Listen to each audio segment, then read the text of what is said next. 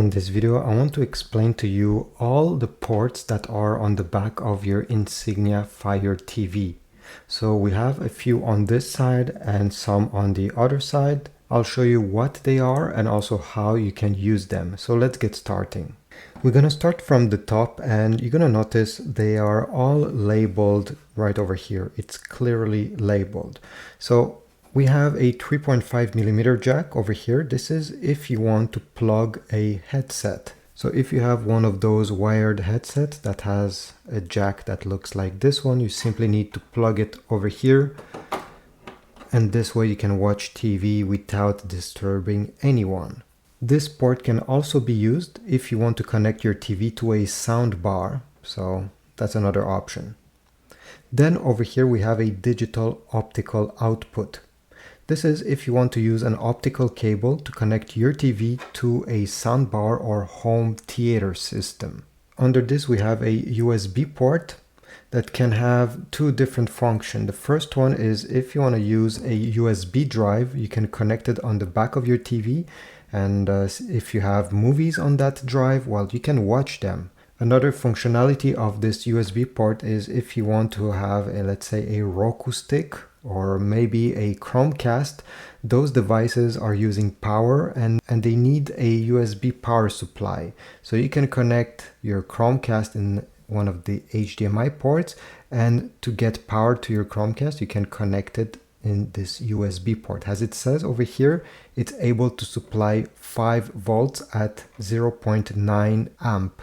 It's not a lot, but it can be enough for those devices. Then down below we have 3 HDMI ports. Maybe your TV has 4 of them.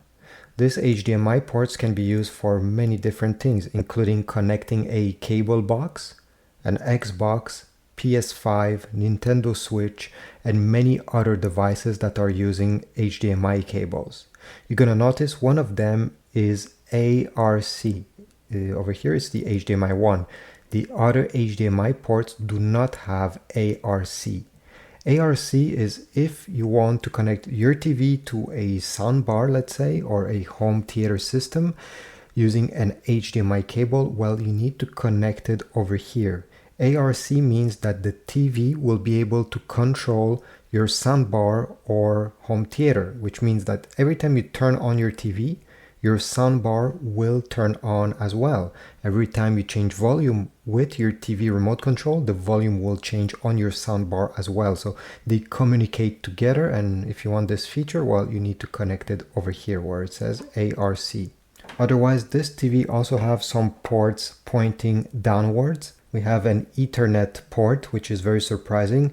If you don't want to use Wi-Fi to connect your TV to the internet, well, you can use a cable connected on the back of your internet router that goes over here.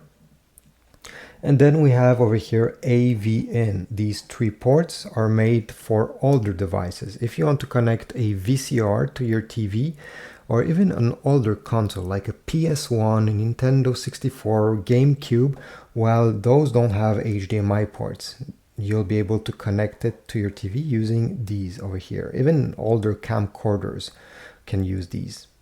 And finally, we have the antenna cable port. This is where you connect an antenna, or if you have a cable, well, you're gonna screw it right over here. So this is about it. If you found my video useful, please leave a like, subscribe, comment down below, and I'll see you in the next video.